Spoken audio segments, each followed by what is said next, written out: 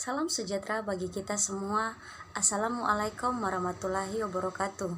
Salam, Om Swastiastu, Nama Budaya, Salam Kebajikan.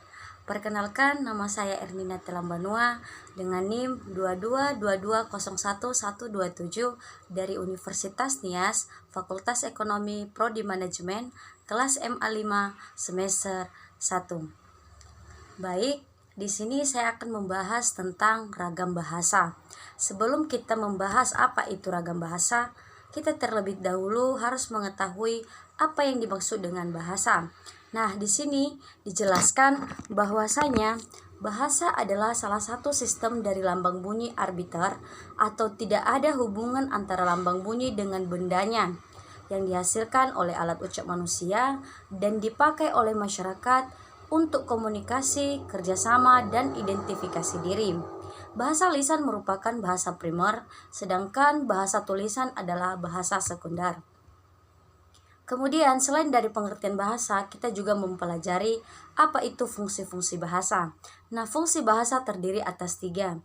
Yang pertama, bahasa berfungsi sebagai alat untuk berkomunikasi dengan sesama manusia. Yang kedua, bahasa berfungsi sebagai alat untuk bekerja sama dengan manusia. Dan yang terakhir atau yang ketiga yaitu bahasa berfungsi sebagai alat untuk mengidentifikasi diri. Nah, setelah kita mempelajari apa itu pengertian dan fungsi bahasa, sekarang masuk kita pada pengertian ragam bahasa. Nah, di mana ragam bahasa adalah variasi bahasa menurut pemakaiannya. Berbeda dengan dialek yaitu varian dari sebuah bahasa menurut pemakaiannya. Varian ragam bahasa tersebut berbeda-beda menurut pemakaiannya, yang berbeda-beda menurut topik yang dibicarakan, kawan bicara, orang yang dibicarakan, serta medium pembicara yang bisa berbentuk dialek, aksen, laras, gaya, atau berbagai logo sosiolinguistik lainnya, termasuk variasi bahasa buku itu sendiri. Selanjutnya masuk kita pada macam-macam ragam bahasa. Macam-macam ragam bahasa terdiri atas 6 bagian. Yang pertama, pengungkapan atau media pembicara. Yang kedua, pokok pembicaraan. Yang ketiga, penutur. Yang keempat, segi pandangan atau pokok persoalan. Yang kelima, ciri situasi keideologisan. Dan yang keenam yaitu non-ilmiah, semi-ilmiah, dan ilmiah. Masuk kita pada ragam bahasa menurut pengungkapannya atau media pembicara. Nah, ragam bahasa menurut pengungkapannya atau media pembicara ini terbagi menjadi beberapa bagian. Yang pertama, ragam bahasa lisan. Di sini dijelaskan bahwasanya ragam bahasa lisan adalah suatu ragam bahasa yang dihasilkan oleh alat ucap atau organ of speech. Dalam ragam bahasa lisan ini, kita harus memperhatikan beberapa hal seperti tata bahasa, kosakata, dan lafal dalam pengucapannya. Dalam hal ini, dengan memperhatikan hal-hal tersebut, pembicara dapat mengatur tinggi rendah suara atau tekanan yang dikeluarkan, mimik atau ekspresi muka yang ditunjukkan, serta gerak tangan atau isyarat untuk mengungkapkan ide sang pembicara. Nah, selain dari pengertian ragam bahasa lisan, di sini juga kita mempelajari apa itu ciri-ciri ragam bahasa lisan. Nah, ciri-ciri ragam bahasa lisan terdiri atas 4. Yang pertama, mengkehendaki adanya lawan bicara. Yang kedua, fungsi gramatikal seperti subjek, predikat, dan objek keterangan tidak selalu dinyatakan dengan kata-kata. Yang ketiga, terikat situasi, ruang, dan waktu. Dan yang keempat yaitu makna dipengaruhi oleh tinggi rendah dan panjang pendeknya nada suara.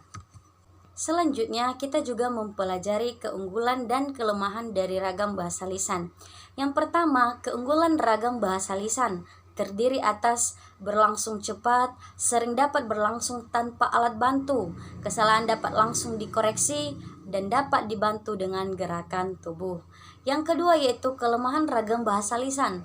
Kelemahan ragam bahasa lisan terdiri atas beberapa bagian, yaitu tidak selalu mempunyai bukti autentik, dasar hukum lemah, sulit disajikan secara matang, dan mampu dimanipulasi. Nah, itu tentang ragam bahasa lisan. Yang kedua, masuk kita pada ragam bahasa tulis. Di sini dijelaskan bahwasanya ragam bahasa tulis itu adalah bahasa yang dihasilkan dengan memanfaatkan tulisan dengan huruf sebagai unsur dasarnya. Dalam ragam bahasa tulis, kita harus memperhatikan beberapa hal seperti tata cara penulisan atau ejaan. Di samping aspek tata bahasa dan pemilihan kosakata, dalam hal ini kita dituntut untuk tepat dalam pemilihan unsur tata bahasa seperti bentuk kata, susunan kalimat, pilihan kata, kebenaran penggunaan ejaan, dan juga penggunaan tanda baca dalam mengungkapkan ide kita. Di sini juga kita akan menjelaskan tentang ciri-ciri ragam bahasa tulis. Ciri-ciri ragam bahasa tulis terdiri atas 4. Yang pertama, tidak mengkehendaki lawan bicara. Yang kedua, fungsi gramatikal ditulis secara jelas agar orang yang membaca dapat memahami. Yang ketiga, tidak terikat situasi ruang dan waktu. Dan yang keempat yaitu makna dipengaruhi oleh pemakaian tanda baca. Selain dari ciri-ciri ragam bahasa tulis, kita juga mempelajari apa itu keunggulan dan kelemahan dari ragam bahasa tulis tersebut atau ragam bahasa tulis ini. Yang pertama, keunggulan ragam bahasa tulis. Keunggulan ragam bahasa tulis terdiri atas beberapa bagian, yaitu mempunyai bukti, dasar hukum kuat, dapat disajikan lebih matang, dan lebih sulit untuk dimanipulasi. Sedangkan kelemahan dari ragam bahasa tulis ini yaitu berlangsung lambat atau lama, selalu memakai alat bantu, kesalahan tidak dapat langsung dikoreksi, tidak dapat dibantu dengan gerakan tubuh atau mimik muka. Yang berikutnya, ragam bahasa menurut penutur. Ragam bahasa menurut penutur terdiri atas 2 bagian. Yang pertama, ragam bahasa dialek atau ragam bahasa daerah atau logat. Yang kedua, ragam pendidikan atau ragam terpelajar dan ragam tidak terpelajar. Yang berikutnya yaitu ragam bahasa menurut segi pandangan bidang atau pokok persoalan. Ragam bahasa menurut segi pandangan bidang atau pokok persoalan terdiri atas 4. Yang pertama, ragam bahasa hukum. Yang kedua, ragam bahasa fungsional. Yang ketiga, ragam bahasa bisnis. Dan yang keempat yaitu ragam bahasa sastra. Yang berikutnya yaitu ragam bahasa menurut ciri situasi keideologisan, yang terdiri dari yang pertama, ragam bahasa tinggi atau ragam bahasa baku atau ragam ilmiah, di mana ragam bahasa baku yaitu kemantapan dinamis, memiliki kaidah atau aturan yang relatif tetap dan luas, sanggup mengungkapkan proses pemikiran yang rumit di berbagai ilmu dan teknologi. Keseragaman kaidah adalah keseragaman aturan atau norma. Proses pembakuan bahasa terjadi karena keperluan komunikasi. Bahasa Indonesia baku adalah ragam bahasa yang dipergunakan dalam komunikasi resmi, yaitu surat menyurat resmi, pengumuman yang dikeluarkan oleh instansi resmi, penamaan dan peristilahan resmi, dan karangan ilmiah. Yang berikutnya yaitu ragam bahasa non-ilmiah, semi-ilmiah, dan ilmiah.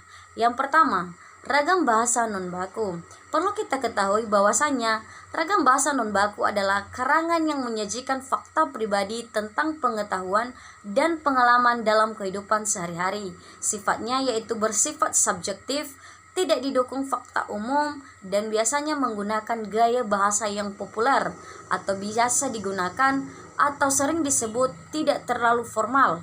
Yang termasuk bahasa non-baku terdiri dari dongeng, cerpen, novel, dan drama. Yang kedua yaitu ragam bahasa semi. Ragam bahasa semi yaitu sebuah penulisan yang menyajikan fakta dan fiksi dalam suatu tulisan yang ditulis dengan bahasa yang konkret dan formal, kata-katanya teknis, dan didukung dengan fakta umum yang dapat dibuktikan kebenarannya. Karya tulis semi ilmiah biasanya digunakan dalam komik, hikayat, roman, novel, dan cerpen. Yang ketiga yaitu ragam bahasa ilmiah.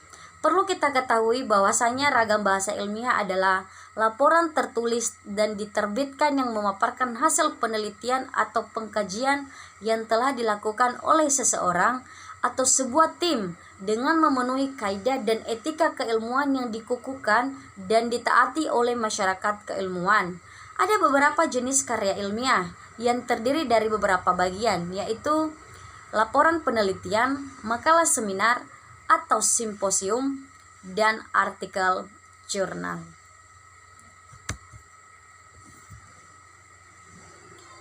Yang terakhir yaitu kesimpulan.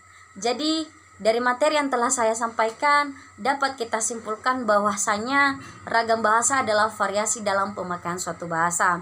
Di sini ragam bahasa dapat kita simpulkan adanya beberapa perbedaan penutur, di mana tiap-tiap individu mempunyai gaya tersendiri dalam berbahasa.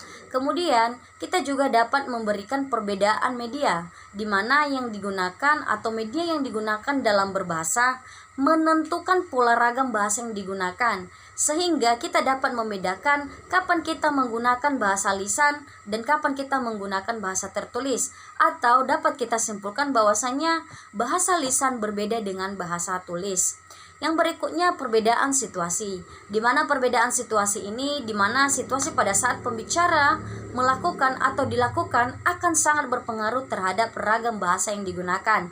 Sehingga ragam bahasa pada situasi santai akan berbeda ragam bahasanya pula dengan situasi resmi. Dan yang terakhir yaitu perbedaan bidang. Perbedaan bidang ini yaitu ragam bahasa yang digunakan pada bidang yang berbeda dan mempunyai ciri yang berbeda pula. Misalnya, bahasa jurnalistik berbeda dengan ragam bahasa sastra. Demikian materi tentang ragam bahasa yang dapat saya sampaikan. Jika ada kekurangan baik dari segi pengungkapan, pemaparan, dan unsur dari kata-kata, saya mohon maaf. Atas nama Irneta Lembanua, saya mengucapkan terima kasih dan semoga bermanfaat.